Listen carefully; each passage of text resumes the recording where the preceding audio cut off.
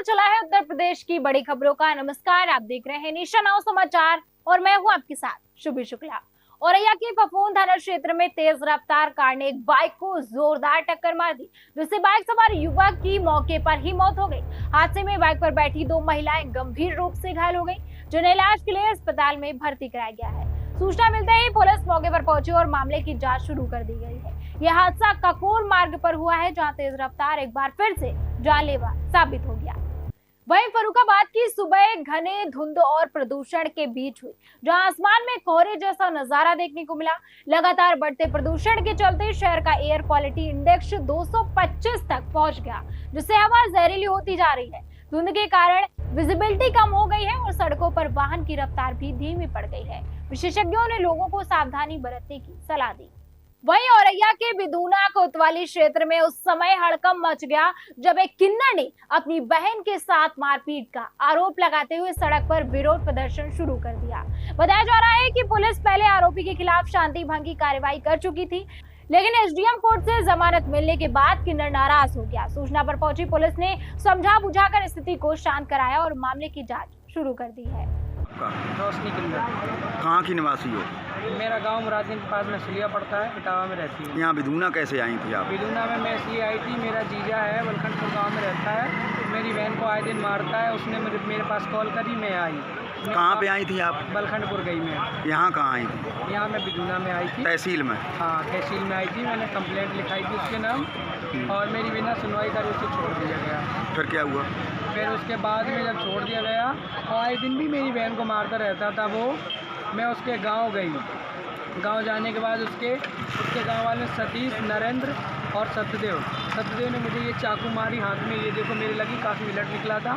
और कब मारा था? कल शाम को 8 बजे। और सतीश नरेंद्र ने मेरे बाल पकड़े और मेरे साथ मारपीट की, लात घूसा मेरे बहुत मारे। मेरी डॉक्टरी हुई कल यहाँ पे, मेरी कोई सुनवाई नहीं हुई। आज क्या हुआ? आज कुछ नहीं हुआ, मैं आ जाई, मेरा कोई काम नहीं हुआ। इन लोगों ने पैसे भर दिए और इनकी जमानत हो गई। किसकी जमानत हुई? सत्यदेव, नरेंद्र, सतीश।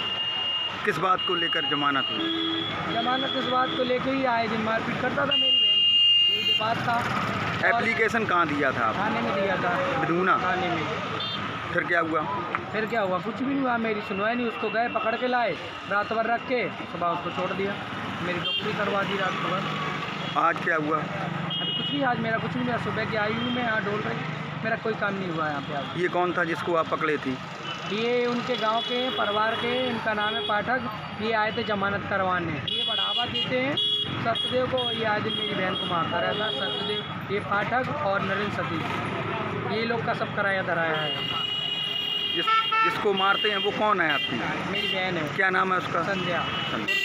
वहीं आगरा में आलू के गिरते दामों को लेकर समाजवादी पार्टी के कार्यकर्ताओं ने अनोखा प्रदर्शन किया है। कार्यकर्ता Yamuna express way toll plaza पर गले में आलू की माला पहनकर और आलू की बोरियां लेकर पहुंचे और किसानों को उचित मूल्य दिलाने की मांग की है। इस दौरान पुलिस और सपा नेता के बीच तीखी नोकझोंक भी हुई है, जिसका वीडियो सोशल मीडिया पर वायरल हो रहा है। पुलिस ने मामले में मुकदमे दर्ज कर जांच शुरू कर दी है। वहीं मेरठ की प्रसिद्ध शास्त्री नगर सेंट्रल मार्केट को अवैध घोषित किए जाने के बाद बड़ा विवाद खड़ा हो गया है।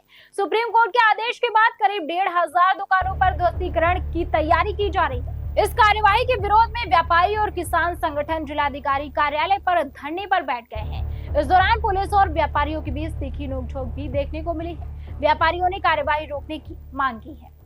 अमेरिका और इजरायल के ईरान पर हमले के बीच अब इसका असर भारत में भी दिखाई देने लगा है। लखनऊ में कॉमर्शियल एलपीजी सिलेंडरों की सप्लाई प्रभावित हो गई है, जिससे होटल, रेस्टोरेंट और कैटरिंग कारोबार पर संकट गहराने लगा है। कई जगहों पर गैस की कमी के कारण कामकाज प्रभावित हो रहा है। व्यापारियों का कहना है कि अगर जल्द सप्लाई सामान्य नहीं हुई तो कारोबार पूरी तरह से ठप हो सकता है। वहीं मथुरा के जिलाधिकारी कार्यालय में उस समय भावुक दृश्य देखने को मिला जब 112 साल की जमूली देवी अपने नाती की बहू के साथ पेंशन की गुहार लेकर पहुंची। उन्होंने डीएम चंद्र प्रकाश सिंह से कहा कि उनकी उम्र 112 साल हो चुकी है, लेकिन अब तक वृद्धावस्था पेंशन नहीं मिली है। यह सुनते ही डीएम ने जिला समाज कल्याण अधिकारी को 3 दिन के भीतर पेंशन स्वीकृत कराने के निर्देश दिए हैं। वहीं हापुड़ जिले में खुले नालों और सड़कों के गड्ढों से लगातार हादसे सामने आ रहे हैं। धौलाना क्षेत्र के गांव सपनावत में खेलते समय 2.5 साल की मासूम बच्ची नाली में गिर गई, जिससे उसकी मौत हो गई। वहीं पिलखुवा बाजार में एक बाइक सवार अपने बच्चों के साथ खुले नाले में गिर गया। हालांकि लोगों ने उन्हें बचा लिया। घटना के बाद प्रशासन ने खुले नालों को ढकने के निर्देश दिए हैं। वहीं गाजियाबाद विकास प्राधिकरण के उपाध्यक्ष नंदकिशोर कलाल ने शहर के विकास को लेकर कई बड़ी योजनाओं का ऐलान किया है।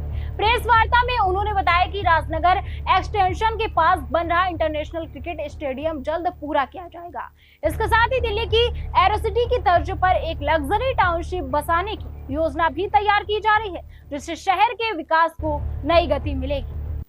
तो ऐसी ही खास और बड़ी खबरों के लिए बने रहिए हमारे साथ और देखते रहिए नेशन नाउ समाचार।